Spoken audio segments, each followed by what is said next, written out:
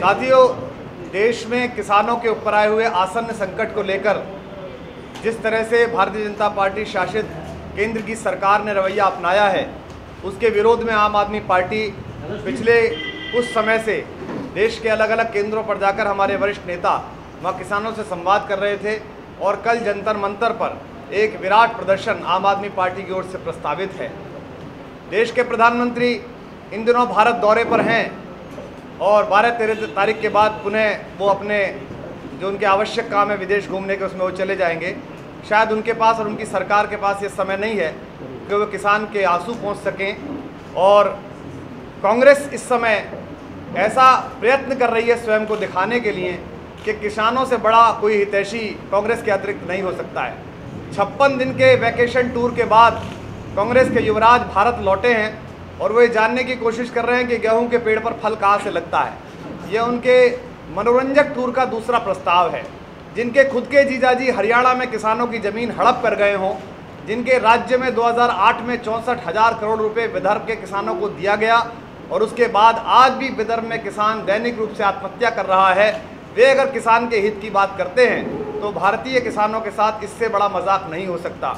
ये दुर्भाग्य का विषय है कि देश के सर्वोच्च सदन संसद में खड़े हुए राजनेताओं को, सांसदों को किसानों की आवाज़ सुनाई नहीं देती है और उनके पास इस बात का समय है कि कौन सांसद किस पर माफ़ी मांगे, किसने किसके बारे में नस्लभेदी टिप्पणी की, किसने किसी के बारे में क्या बात कही। उनकी निजी अस्मिताएं, उनकी निजी धारणाएं, उनके निजी संघर्ष किसान के हिस्से ज़्यादा है। क्या ये अच्छा होता कि कल संसद जिस समय बैठे उस समय सांसदों ने इस बात पर बात की होती। इस संदर्भ में आम आदमी पार्टी दिल्ली प्रदेश की सरकार की आभारी है कि वहाँ के माननीय मुख्यमंत्री ने और वहाँ की सरकार ने दिल्ली के किसानों की क्षति का आकलन करके भारत में सबसे बड़ा मुआवजा 50,000 रुपये प्रति हेक्टेयर घोषित किया। हालांकि अन्नदाता जो अपना पसीना बोता है, जो अपना खून बोता है और उसकी फसल अगर प्रकृति की मार से समाप्त हो जाती है, उसका कंपनसेशन, उसका मुआवजा कोई सरकार नहीं दे सकती, कोई टैक्स पेयर नहीं दे सकता। अपने सामने पैदा किए हुए, अपने श्रम बल से पैदा किए हुए अन्न को समाप्त होते हुए जब वो देखता है तो उससे ज़्यादा दुखद क्षण उसके जीवन का नहीं होता। लेकिन फिर भी 50,000 रुपये प्रति हेक्टेयर का मुआवजा दिल्ली के मुख्यमंत्री श्री अरविंद केजरीवाल ने तय किया और उसके आकलन की विधि भी स्वराज के अनुसार तय की। उसके आकलन की विधि में सरकारी कर्मचारियों का हस्तक्षेप न्यूनतम है। वहाँ की ग्राम सभा, वहाँ की ग्राम पंचायत, वहाँ की इकाई ये तय करेगी कि कितने खेत में उसका नुकसान हुआ है और उसके लिए सरकार प्रतिबद्ध है। अगर सकारात्मक राजनीति इस देश में वरेण्य हो और जैसा कि लगातार भारतीय जनता पार्टी और कांग्रेस के साथी कहते हैं कि वे भी राजनीति बदलना चाहते हैं, तो हम उम्मीद करते हैं कि आम आदमी पार्टी की सकारात्मक राजनीति के कदम का वो स्वागत करेंगे और अपने ही राज्यों में इसी तरह का व्यवहार वो किसानों के साथ करेंगे। किसानों के इतने विचलित रहते समय मुझे नहीं लगता विदेश नीति की अपनी प्राथमिकता हो सकती हैं, हम उस पर टिप्पणी नहीं करना चाहते। भारत के वैश्विक हितों के साथ आम आदमी पार्टी खड़ी हुई है, उसके लिए प्रधानमंत्री या सरकार जो भी निर्णय लेती हो हम उसका स्वागत करते हैं। किंतु प्रधानमंत्री को भारत में जो उनका मंत्रिमंडल है उसको इतना मुस्तैद तो करना चाहिए कि वो त्वरित गति के साथ किसानों के क्षति का आकलन करे और राजकोष से उन्हें वो सुविधाएं उपलब्ध कराए जिसके लिए उनका नुकसान हुआ है। आम आदमी पार्टी कल इसके लिए एक आंदोलन कर रही है जंतर मंतर पर और दिल्ली के किसानों के साथ साथ देश के हर एक किसान को, हर एक अन्नदाता को ये भरोसा दिलाती है कि उनके पसीने की बूंद जिस खेत में गिरी है उसके अधिग्रहण का प्रयास अगर उद्योगपतियों को प्रसन्न करने के लिए कॉरपोरेट के बल पर चलती हुई सरकार करने की कोशिश करेगी तो हर खेत में, हर गांव में, हर चौराहे पर, हर मोर्चे पर हम इसके लिए लड़ेंगे। इसके लिए आम आदमी पार्टी ने किसान संघर्ष समिति का निर्माण किया जो हमारे साथी संजय सिंह जी के नेतृत्व में वो तैयार हुई। उसमें हमारे किसानों के हित के लिए लंबे समय तक लड़ते हुए बहुत सारे साथी, भाई योगेंद्र जी जैसे, इलियास आजमी जैसे पुराने नेता सब लोग लड़े। इसके लिए पिछले 1-1.5 हफ्ते में सघन भारत का दौरा हमारे नेताओं ने किया और वहाँ से जो फीडबैक मिला है उसके अनुसार अब कल के आंदोलन के बाद रणनीति तय हो जाएगी। मैं संजय सिंह जी से अनुरोध करता हूँ कि वे कल की रणनीति के बारे में, कल के आंदोलन के बारे में और किसान संघर्ष को आगे ले जाने की जो हमारी गति है उसके बारे में आप सबको ब्रीफ करें। संजय बाबू। 22 अप्रैल का संसद मार्च का आंदोलन पहले से प्रस्तावित है और इसको तैयारी को लेके उड़ीसा, छत्तीसगढ़, पंजाब, पश्चिमी उत्तर प्रदेश, पूर्वी पूर्वांचल के उत्तर प्रदेश के इलाकों में, बुंदेलखंड के इलाकों में पार्टी ने पिछले दिनों, मैं स्वयं जाके, पंकज गुप्ता जी भी साथ में गए थे, हम लोगों ने तैयारी का जायजा लिया है और पंजाब से, हरियाणा से, राजस्थान से, उत्तर प्रदेश से, गुजरात से, कर्नाटका से, आंध्र प्रदेश से, देश के अलग अलग हिस्सों से, उड़ीसा से भारी संख्या में, झारखंड से भारी संख्या में कल किसान संसद मार्च के आंदोलन में हिस्सा लेने के लिए आएंगे। पार्टी के कार्यकर्ता हिस्सा लेने के लिए आएंगे और एक जबरदस्त गुस्सा लोगों के अंदर देखने को मिला। नरेंद्र मोदी की सरकार ने ये जो काला कानून लाया है, जिस कानून के पहले अपनी पीठ थपथपा रही है कांग्रेस की, उसने एक मजबूत कानून बनाया था, उसको परिवर्तित करने का काम मोदी जी ने किया है। दरअसल इन दोनों पार्टियों को कहीं से भी इस गलतफहमी में नहीं रहना चाहिए कि इन्होंने किसानों के हित में कोई काम किया। एक पार्टी है कांग्रेस पार्टी, जिसने खुद रिलायंस के लिए जमीन कब्जा की, जिनके राहुल गांधी जी के जीजा जी रॉबर्ट वाड्रा ने डीएलएफ के लिए जमीनें कब्जा करवाई। ये सारा सच, राजस्थान से लेकर हरियाणा तक में जमीनें कब्जा की कांग्रेस के राहुल गांधी जी के दामाद रॉबर्ट वाड्रा जी ने, पूरा देश जानता है। और एक कानून बना तो उसके लिए दोनों पार्टियां अपना पीठ थपथपा रही हैं। दरअसल वो कानून बना है नंदीग्राम में, सिंगूर में, टप्पल में, भट्टा परसोल में, जिन किसानों ने अपनी शहादत दी और एक लंबी लड़ाई इस भूमि अधिग्रहण के काले कानून के खिलाफ, जो 100 साल से चल रहा था, उसके खिलाफ जो लड़ी थी, उसके दबाव में संसद के अंदर एक मजबूत कानून बना था। लेकिन उसके बाद 15 महीने भी उस कानून को, 13 महीने भी ये सरकार बर्दाश्त नहीं कर पाई और पूंजीपतियों और उद्योगपतियों के इशारे पे काम करने वाली मोदी की सरकार ने इस काले कानून के जरिए देश के किसानों के लिए मौत का फरमान जारी किया है। अगर ये कानून लागू हो गया तो देश के किसानों की जमीनें रातों रात उद्योगपतियों, पूंजीपतियों के लिए कब्जा कर ली जाएंगी। और जिस प्रकार का कानून है, इसमें वो उन प्रशासनिक अधिकारियों के खिलाफ, उन गुंडागर्दी करने वाले पूंजीपतियों के खिलाफ, उनके चमचों के खिलाफ कोई कार्रवाई, कोई अपील भी नहीं कर सकते जो उनकी जमीनें कब्जा करेंगे। जो अपील है वो अपनी जमीन के मुआवजे के लिए तो कर सकते हैं, जो सरकार के लिए हमने अपील की छूट दे दी है, लेकिन जो प्रशासन जमीन को कब्जा करेगा उस पर आपराधिक मुकदमा दर्ज करने का प्रावधान खत्म कर दिया गया है। उस पर कोई क्रिमिनल केस नहीं हो पाएगा अगर वो कोई जबरन कार्रवाई करते हैं तो। इस प्रकार का ये काला कानून है। तो 22 अप्रैल के प्रदर्शन में अगर देश की सरकार इस काले कानून को वापस नहीं लेती, क्योंकि हमारी सीधी मांग है कि ये काला कानून वापस लिया जाए, संशोधन और किसी प्रकार के 1-2 धारा के बदलने से काम नहीं चलेगा। जो इसमें बदलाव लाए गए हैं, पहले ये नियम था कि 80% सहमति के बाद किसानों की जमीन कब्जा की जा सकती है, उसको बदल दिया गया। पहले नियम था बहुफसली जमीनों को कब्जा नहीं किया जाएगा, उस नियम को बदल दिया गया। अब बहुफसली जमीनों को भी कब्जा किया जा सकता है। सरकार एक मजाक कर रही है किसानों के साथ और कह रही है कि 1 किलोमीटर दाहिने 1 किलोमीटर बाएं जमीन को हम कब्जा करेंगे, उसके आगे जब कब्जा नहीं करेंगे, यानी मलाई खा लेंगे, दूध खा लेंगे, मक्खी छोड़ देंगे किसानों के लिए। तो इस प्रकार का ये जो एक काला कानून है, इसको अगर सरकार वापस नहीं लेती है तो हमारी लड़ाई पूरे देश के अंदर किसानों के हक के लिए चलेगी। और कल 22 अप्रैल को इसकी शुरुआत हम लोग कर रहे हैं। अगर सरकार नहीं मानती है तो पूरे देश के अंदर इस अभियान को हम लोग लेके जाएंगे, इसको बढ़ाएंगे। अब आज योगेश दहिया जी, जो हमारे पश्चिमी उत्तर प्रदेश में किसानों की एक समस्या भूमि अधिग्रहण के अतिरिक्त फसल के मूल्यों को लेकर भी है। जो किसान गन्ना उगाता है उसको फसल का मूल्य किस तरह से सरकारी प्रक्रिया के कारण नहीं मिल पा रहा है या देर से मिल पा रहा है, गन्ना किसान की एक बड़ी समस्या है। इसके बारे में कोई नहीं आवाज़ उठा रहा है। योगेश दहिया जी हमारी कार्यकारिणी सदस्य हैं नेशनल एग्जीक्यूटिव के, और वो इस आंदोलन को उठाए हुए हैं, वे आगे ब्रीफ करेंगे आपको क्या समस्या। साथियों, देश का किसान ये पहचान चुका है कि ये जो बदलाव आया था ये सांपनाथ और नागनाथ का बदलाव था, इससे अलावा कुछ नहीं है। आज भी गन्ना किसानों का 21,000 करोड़ से ज़्यादा बकाया है। देश में कहा जाता है कि गन्ना एक महत्वपूर्ण नकदी फसल है, लेकिन 15 दिन का कानून बनाया हुआ है कि चीनी मिलों को वर्किंग कैपिटल दी जाए। कानून है कि बकाए पर ब्याज मिले, लेकिन आज तक सरकारें बदल गई, लेकिन हज़ारों करोड़ का जो गन्ना मूल्य का बकाया ब्याज है वो आज तक कोई नहीं दे रही। बकाए के बाद कोई भी जो चीनी मिल है वो कानून है, उसका ऑर्डर पास किया हुआ है कि वो किराया नहीं काट सकती, लेकिन हज़ारों करोड़ का किराया किसान से काटा जा रहा है। इसके अलावा अगर आप भूमि अधिग्रहण की भी बात करें तो हमारे पास आंकड़े हैं कि पावर ग्रिड और गैस पाइपलाइन जो कि ज़मीन के नीचे का अधिग्रहण है और ज़मीन के ऊपर जो किसान की ज़मीन छीन ली जाती है, उसका 50,000 करोड़ से ज़्यादा का घोटाला इन सरकारों ने किया हुआ है। किसान इस मुआवजे को नहीं चाहता, अपने अधिकार को मांगता है और इसमें लाखों करोड़ का घोटाला इन दोनों सरकारों ने किया हुआ है।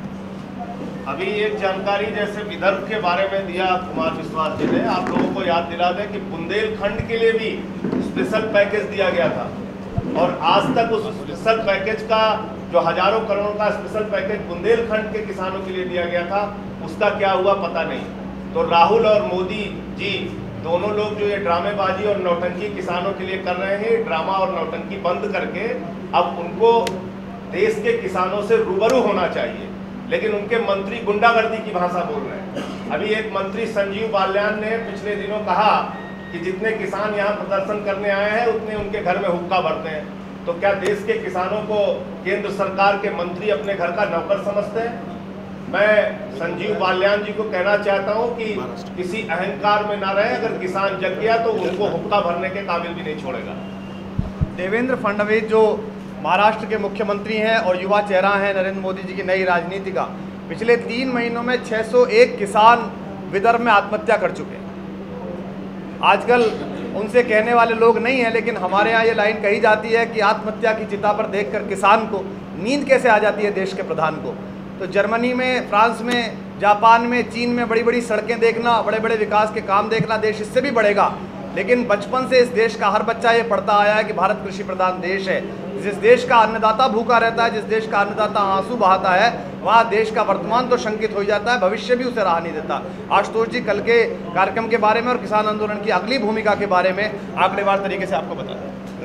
कल का बता दीजिए कितने बजे? नहीं दोस्तों, कल जैसा कि संजय जी ने बताया है कि हमारा जो किसान आंदोलन है कल 11 बजे जंतर मंतर से वहाँ पे लोग इकट्ठा होंगे, पूरे देश से लोग आएंगे और उसके बाद हम वहाँ से संसद की तरफ मार्च करेंगे और सरकार को ये बताने की कोशिश करेंगे कि जो एक गूंगी बहरी सरकार है और अगर आज़ादी के 68 साल बाद भी अगर अकेले महाराष्ट्र के अंदर 601 किसान आत्महत्या कर रहे हैं, उत्तर प्रदेश के अंदर अगर किसान आत्महत्या कर रहे हैं और उनकी फसलों को लेकर जिस तरीके से बर्बादी हुई और अभी तक केंद्र सरकार की तरफ से कोई नीति नहीं आई है, इसको किसान और आम आदमी पार्टी चुपचाप बैठ के बर्दाश्त नहीं करेगी। और ये आंदोलन अगर सरकार जल्दी नहीं चेती तो सिर्फ ये संसद मार्च तक नहीं रुकेगा बल्कि आगे भी जाएगा और इस आंदोलन को पूरे देश में ले जाएंगे, राज्य अलग अलग राज्यों की राजधानियों में ले जाएंगे, साथ ही साथ हम वहाँ के ज़िलों में ले जाएंगे और इसको एक बहुत बड़े अखिल भारतीय आंदोलन में तब्दील करके इस देश की जो सरकार है इसकी नींव हिलाने का काम करेंगे और इसको बदलवाने का काम करेंगे। एक सेकंड, इलियास साहब और दिनेश वाघेला जी जो आप पहले किसान आंदोलन के अध्यक्ष हैं, आप किसान आंदोलन पे पहले अपने सवाल ले लें, बोल लें, उसके बाद आप जिसका सवाल कहेंगे वो लेंगे। इलियास भाई,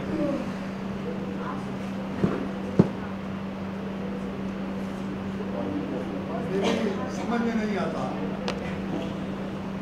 कांग्रेस और भाजपा ये कैसे किसान हितैषी हो गए। जिस कानून की बात किसी ने लिखी थी, राहुल गांधी ने पढ़ी थी, उस लिखने वाले से मैं पूछता हूँ कि 1892 और 2013 में जो 121 साल का अंतर है, उस 121 साल तक क्यों इसको कांग्रेस ने टाला। 1892 में अंग्रेज वही कानून बनाता था जिसका मशवरा कांग्रेस देती थी। 1885 से लेकर 1942 तक अंग्रेज ने जितने काम किए सब कांग्रेस के मशवरे से सारे कानून बने।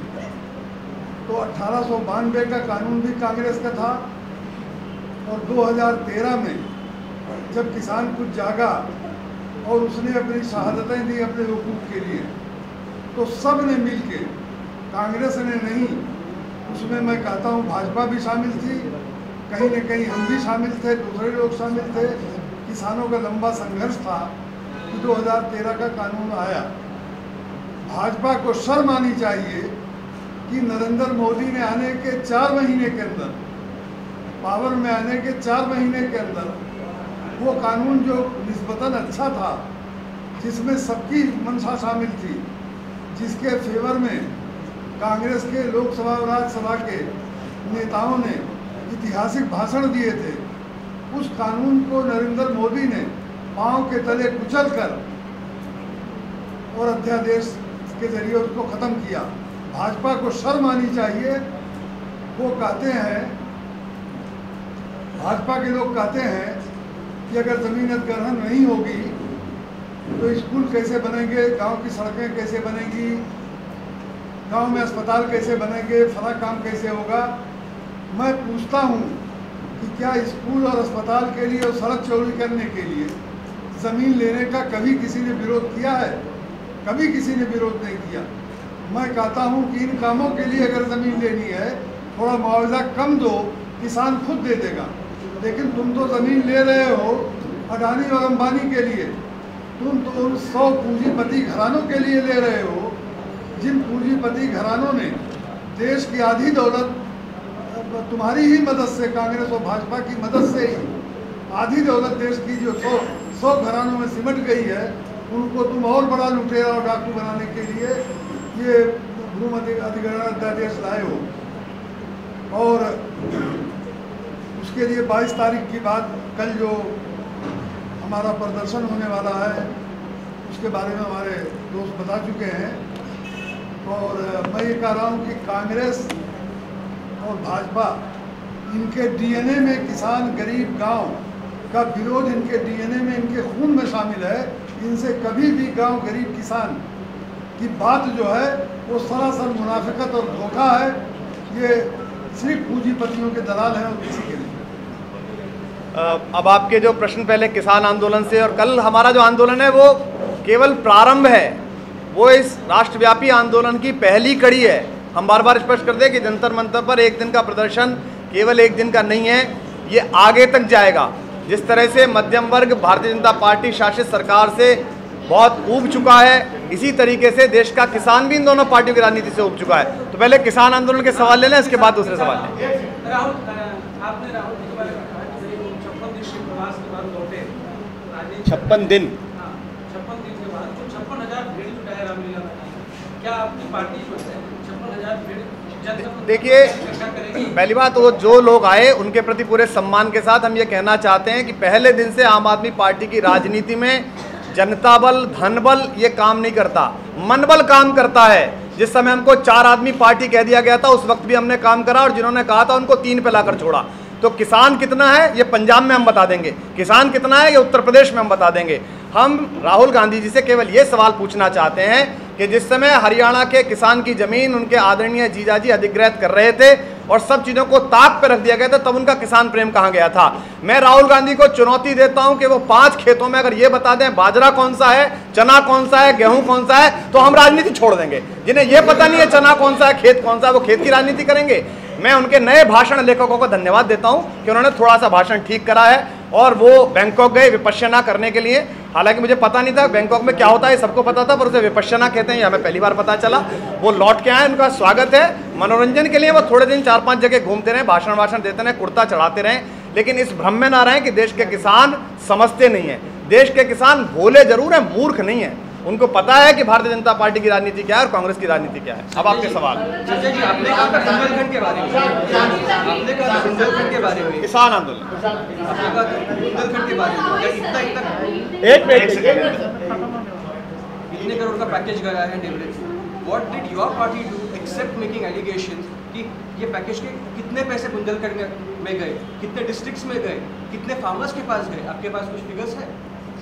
पूरा बुंदेलखंड के अंदर जो भी जिले हैं वहाँ पे हमारी पार्टी ने इसको लेके आंदोलन किया है। आप ये सिर्फ खाली बैठ के बोल देने से कि हमने क्या किया, सुन तो लीजिए, एक मिनट सुन तो लीजिए। हमने उसके ऊपर आंदोलन किया है। जो पैकेज गया है उसको मायावती की सरकार के समय में पैकेज गया था, 7,000 करोड़ रुपए का पैकेज गया था, और 700 करोड़ का भी वहाँ जमीनी इस्तेमाल नहीं हुआ है। उस पर कहाँ घोटाला हुआ है, घपला हुआ, उस पर भी हमने लड़ाई लड़ी है। आज इस कार्यक्रम के बाद उसके धरना प्रदर्शन आंदोलन की फोटो भी आपको दे दूंगा।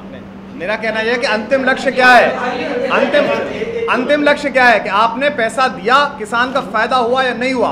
2008 में इसी कांग्रेस ने, जिसके युवराज अभी प्रवास से लौटे हैं हॉलीडे पैकेज लेने के बाद, उनकी सरकार ने 68,000 करोड़ रुपए विदर्भ को दिया। विदर्भ में किसान कुएं में उनकी सरकार में भी लटका, और ये नए देवेंद्र फडणवीस आ गए, इनके टाइम में भी 301 मर गए। तो 68,000 दिया, उसके बाद भी किसान मर गया, तो गया कहाँ? हम ये पूछने वाले हैं। क्या हम सरकार में है, केंद्र में? नहीं, हम सरकार में है दिल्ली में।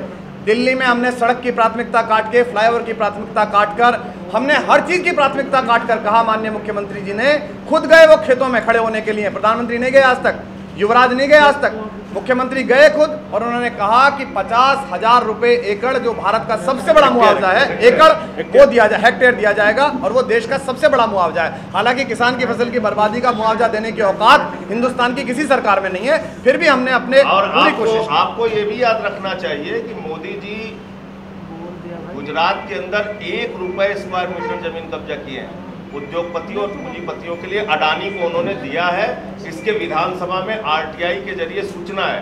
तो हमने तो इंडिया अगेंस्ट करप्शन थी, हमारी पार्टी भी नहीं बनी थी, तब भी हमने बुंदेलखंड में लड़ाई लड़ी। लास्ट में किसानों ने सवाल क्या किया? दिल्ली में आपकी सरकार है, और दिल्ली में जो भी किसान है जो आउटर डिस्ट्रिक्ट में है, वेस्ट डिस्ट्रिक्ट में है, और वो साल में पैकेज तय उनका हो जाता है, गरीब लोगों को दे देते हैं होंडा पे खेती करने के लिए। इसमें आप क्या रणनीति अपनाएंगे कि उन गरीबों को जिन्होंने खेती की है? आपने मुख्यमंत्री जी का बहुत अच्छा आपने सवाल पूछा है। आपने मुख्यमंत्री जी का जो ऐलान था, उन्होंने साफ तौर पे कहा था कि हम ग्राम सभा करके वहाँ के जनप्रतिनिधि, स्थानीय लोग इकट्ठा होके ग्राम पंचायत में ग्राम सभा के लोग इकट्ठा होकर ये फैसला करेंगे कि किसका नुकसान हुआ है। अगर किसी ने खेती की है, जमीन उसको परती पे दी गई है, वहाँ पैसा उसका लगा है, बोया उसने है, श्रम उसने किया है, तो मुआवजा उसको दिया जाएगा। ये ऐलान है, तो घोषणा है। एक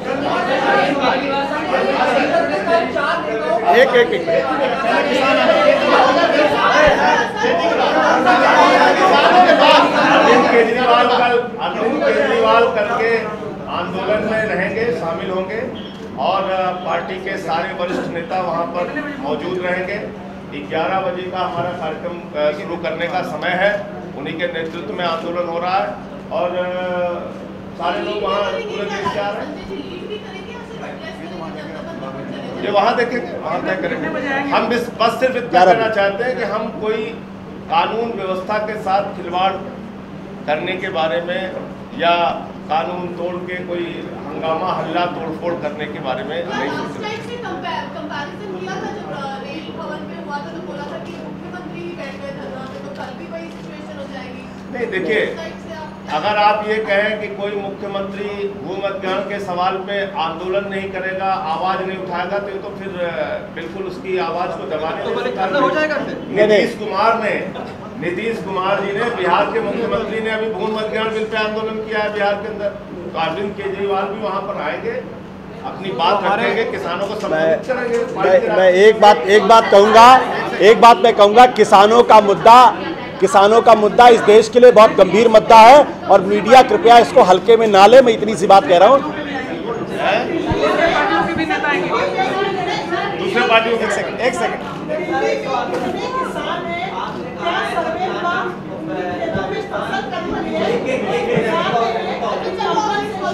मैं बता दूं, मैं जवाब दे दूं। 25 अप्रैल तक सारे सर्वे किसानों के खेत के, उनके फसलों के नुकसान के पूरा कर लिया जाएगा। ये आदेश दे दिया गया है, और उस पर बहुत गंभीरता के साथ सीरियसली इस पे काम हो रहा है। पहले किसानों के सामने बड़े सवाल को सोचिए आप।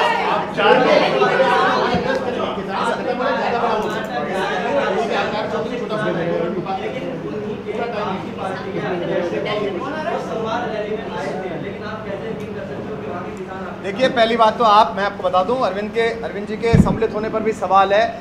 अरविंद केजरीवाल दिल्ली प्रदेश के मुख्यमंत्री होने के अतिरिक्त आम आदमी पार्टी के राष्ट्रीय संयोजक भी हैं। वो हमारी संस्था के सर्वोच्च नेता हैं।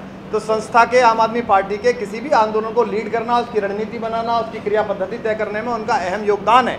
और किसान, हम इस बात पर दुखी हैं, हम इस बात पर लज्जित नहीं हैं हम तो किसानों के हित के लिए दिल्ली में काम कर रहे हैं, पर हम इस बात पर शर्मिंदा हैं कि अन्नदाता की सेवा करने का कम अवसर हमें मिला है। दिल्ली में कम किसान हैं।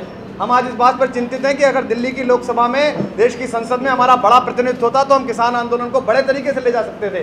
हम इस संसद को गिरिराज जी और कांग्रेस के बीच के विवाद की बजाय किसान पर लेकर आते। तो अरविंद वहाँ पर रहेंगे, अरविंद वहाँ पर निश्चित रूप से रहेंगे।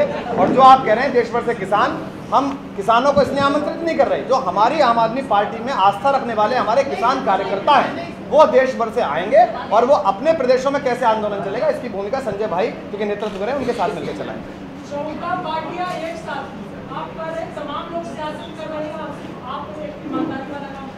नहीं, हम राजनीति में है तो राजनीति है, उसमें कौन सी बड़ी बात है। जो आप कह रहे हैं, हम पहली बात तो ये नहीं कह रहे हैं कि उनको आंदोलन करने का अधिकार नहीं, लेकिन उनका इतिहास देश के किसान जानते हैं। ये सच्चाई हम आपके माध्यम से बताने की कोशिश कर रहे हैं। जो कांग्रेस पार्टी आज विलाप कर रही है और ड्रामा कर रही है, इस कांग्रेस पार्टी का इतिहास क्या है। हरियाणा में कैसे जमीनें कब्जा की गई, राजस्थान में कैसे जमीनें कब्जा की गई, महाराष्ट्र विदर्भ में कैसे जमीनें कब्जा की गई और वहाँ के किसानों की क्या दुर्दशा है, आंध्र प्रदेश और तेलंगाना में क्या हुआ, ये पूरा देश जानता है। तो आज आप ड्रामेबाजी करके देश के किसानों की लड़ाई कैसे लड़ सकते हैं जब आपका इतिहास ही किसानों के खिलाफ रहा है काम करने का। ये हम बताना चाहते हैं। चलिए किसानों ऐसा लग रहा है जो बात कही है, ऐसा लग रहा है कि 2013 में जो भूमि अधिग्रहण कानून यूपीए सरकार लेकर आई वो आपको ज्यादा अच्छा लग रहा था उसके बजाय कि यूपी का जो एनडीए सरकार उसका जो वो कानून जो लाया गया, पहली बात तो याद रखिए कि पूरे देश के अंदर सैकड़ों जन आंदोलन हुए। नंदीग्राम, सिंगूर, वेदांता के खिलाफ उड़ीसा में, भट्टा परसौल में, टप्पल में, हरियाणा में बहुत सारे आंदोलन हुए देश में। पूरे देश से आवाज़ उठी, सैकड़ों किसानों ने शहादत दी। उसके दबाव में वो कानून बना जिसमें किसानों से भी संपर्क किया गया, उनके साथ भी बातचीत करके वो कानून बनाया गया, जिसके लिए दोनों पार्टियों ने अपनी पीठ थपथपाई। अब वही कानून हम बदल रहे हैं। तो हमारा सवाल इस बात पे है कि जिस कानून के लिए पूरा देश लड़ा, पूरे देश के किसान संघर्ष किए, शहादत दिए और आपने कानून बनाया, खुद से पीठ थपथपाई, उसी कानून को बदल दिया आप। जितनी रुचि प्रधानमंत्री जी की वापस उसी तरह का रहे, कोई कानून बदलाव करने की बात कहाँ है। नहीं, हमारा कहना है कि मैं फिर कहूँगा किसानों का मुद्दा बहुत गंभीर मसला है। अगर महाराष्ट्र के अंदर 600 किसान मर रहे हैं, मीडिया को भी उसको बहुत संजीदगी और गंभीरता के साथ बहुत सारे सवालों का जवाब दिया जाएगा। हाँ, देखिए मेरा कहना है जितनी संजीदगी, तत्परता के साथ और जितनी शक्ति के साथ नरेंद्र मोदी जी भूमि अधिग्रहण कानून को लागू कराने में जुटे हुए हैं, उससे ऐसा लगता है वो मन की बात भी कर रहे हैं तो एक तरफा कर रहे हैं। रेडियो पर बोलने से किसान को ना मुआवजा मिलना है ना उसकी भूमि की बात सॉल्व होनी है। क्या ही अच्छा होता कि इसके बारे में देशव्यापी एक कंसेंसस बनाई जाती, किसानों से संवाद किया जाता, अन्य दलों को कॉन्फिडेंस में लिया जाता। पर जिस तरह से वो अड़े हुए हैं कि पास कराना है और यहाँ तक कि उसे पास कराने के लिए उन्हें सफाई तक जाना पड़ता है शादी ब्याह में, समारोह में सम्मिलित होने के लिए ताकि वोट मिल जाए। उससे लगता है कि जिन दबाव समूहों ने सरकार बनाई थी उन दबाव समूहों की किस्तें चुकाने का समय आ गया है। जो इन्वेस्टमेंट इन कॉर्पोरेट हाउसेज ने सरकार को बनाने के लिए किया था, 3D सभाएं कराने के लिए, जिनके लाइव प्रसारण आप सब लोगों ने किए थे, जो हमारे नए समय के संजय हैं इस महाभारत के, उनको वापस पैसा पहुंचाने का समय आ गया है। और इस किस्त को चुकाने के लिए प्रधानमंत्री अगर 1000-2000 आत्महत्याएं हो जाती हों तो उन्हें अवॉइड करेंगे, वो हम अवॉइड करने नहीं देंगे, हमारी जितनी सामर्थ्य होगी उतनी। चलिए धन्यवाद। और कोई सवाल है?